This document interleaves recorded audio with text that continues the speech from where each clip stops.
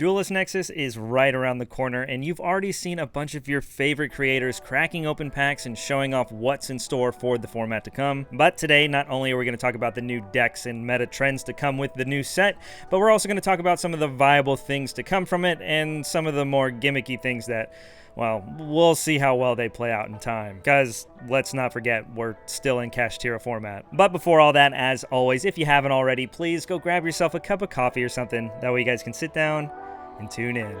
Let's do this.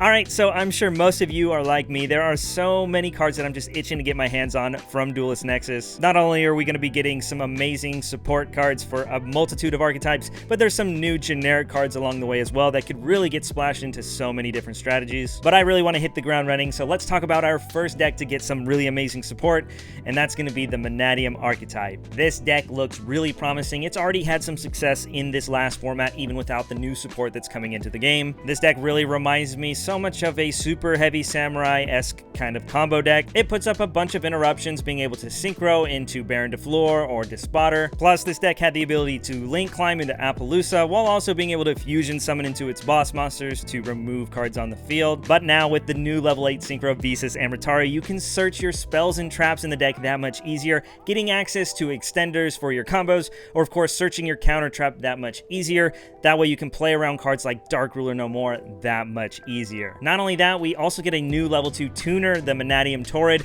that acts just very similarly to the previous spheres for the deck, but now you can float into any of your Monadium tuners. This card's really great for the deck, and I don't know if I'll ever see myself playing 9 of these floaters, but they are great extenders, and I definitely see these cards replacing some of the old that we were playing before. Oh, and another crazy thing is this deck does get to access Crimson Dragon, another amazing way to get access to something like Despotter, but the thing that's on most people's mind is the fact that now this deck can Calamity Lock you, which on paper sounds horrifying. If I'm completely honest though, I think if you had 10 Monadium players who were in top 32 of a YCS, I think you'd be lucky to see one of them playing the Calamity Lock, not because it's not broken, but it just gets countered by so many different things, and for that reason, I don't think it's worth going into that combo, because your first turn board without that lock is just as good, if not arguably better, because, you know, it plays around a lot less, and you won't auto-lose if you get super polyed. Heck, can you imagine going into the Calamity Lock just to accidentally run into a Labyrinth matchup that goes set 5 pass afterwards? It's,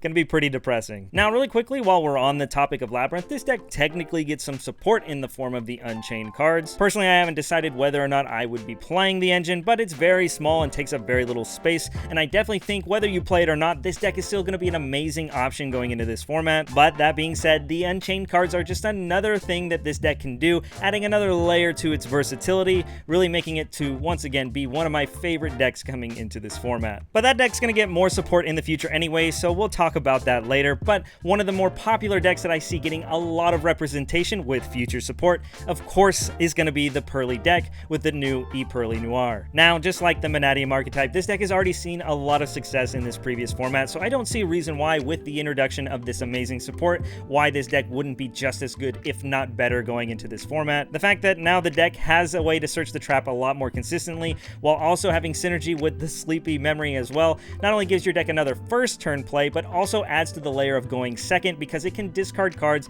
to bounce cards your opponent has as well. This card is so amazing for the deck, and I really think it's going to make it top tier. So whether you're going first and setting up Sleepy Memories to draw cards and summon Noir on your opponent's turn to draw more cards and of course shuffle cards back, or of course going blind second to search all your stuff with Happiness, or of course using the new Noir to then bounce cards back to the hand, this deck has so many tools at its disposal. I don't see a reason why this deck does not dominate going forward. Now, one one of the most hyped cards out of the set that's actually fairly generic is gonna be the new Revolution Synchron. Any deck that plays level 4s with field spells is gonna have a field day with this card being able to abuse Ancient Fairy Dragon. You could put it into like a pure Synchron deck, or heck, you could even put it into Adventure Synchron as well.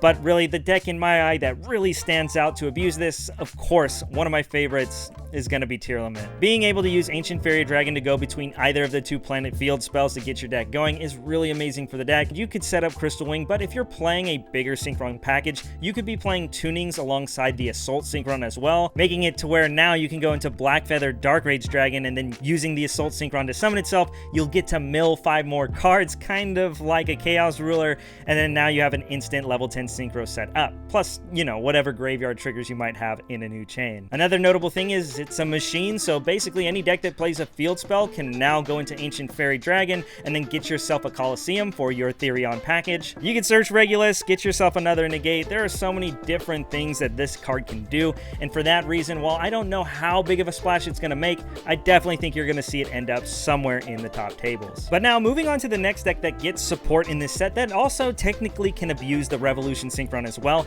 is the Runic archetype. Sleipnir, the Runic main, is an amazing card for the deck, not only being essentially a Farfa for the deck to help remove cards from your opponent's field, but by playing a Synchron engine with Tunings and Assault Synchron and the like, there are so many different Hyper Librarian combos this deck can now obtain. You'll spam the field with a bunch of Synchros, you'll make like Baron and Despotter, plus you'll draw a bunch of cards in the process, drawing into more Runic cards to help synergize, well, of course, with the Runic field spell that you're trying to set up. I still haven't decided if that's really going to be the best way to play Runics going forward, but I definitely think it's another thing to have to consider when deck building in this upcoming format. Runics have always been a really scary deck to have to go against, and the fact that they have more tools to play with is always something you have to consider. Another deck that I wanted to talk about is the Rescue Ace archetype. Now, while I think the deck on paper is very strong, I think the reason you see it have so much success in the OCG is the fact that not only is the deck just good, but it doesn't really get hurt by something like Max C. Again, it's very hard to determine how well a deck's going to do in the TCG comparing it to the OCG, but when you look at something like Max C, it's very obvious that this deck really just doesn't care about that card really at all. I think this deck has a lot of power and can do some really crazy things. I do think it's a little on the inconsistent side, and there's a lot of cards that can help counter it. But again, this is just another deck that this set helps give amazing support to, and I'm just excited to get to test these decks all out. Duelist Nexus gives us more Altergeist support. It also gives us some Dinosaur support, which is very intriguing to me. Plus, Infernobles get some more amazing cards for the deck as well. And of course, Dark World now gets another Rhoda for the deck, which is very horrifying because that deck is so scary right now. But all these decks fall into the same category for me, while they have a great chance in the format coming up. A Rise Heart is still a thing, and all these decks definitely struggle against it. Plus, again, a lot of the other decks that are playing right now basically do similar things, if not better, into the current format anyway. Again, take what I'm saying with a grain of salt. By no means will these decks have no success in the meta. I definitely think you'll see them topping regionals and even make their way into top 32 of YCSs. But at the end of the day, this is just my opinion on what I expect Duelist Nexus to do for our current format. And don't forget, when you guys are deck building all these new amazing decks, you still have to respect a Rise Heart, because as of right now, it still hasn't gone anywhere. But that's going to wrap things up for today's video. Thank you guys so much for tuning in. I really appreciate all the support you guys have been giving the channel. And of course, if you're trying to help the channel grow, please make sure you're subscribed, share the video with somebody else. We're really trying to hit that 10K as soon as possible. Plus, if there's any decks that I forgot, please comment down below, let me know, and share with the people all the exciting things you're expecting out of Duelist Nexus. But with all that being said, once again, thanks for tuning in, and I hope you guys stick around for all the amazing deck profiles coming out post Duelist Nexus. Here's hoping to see you guys on the next one. Peace.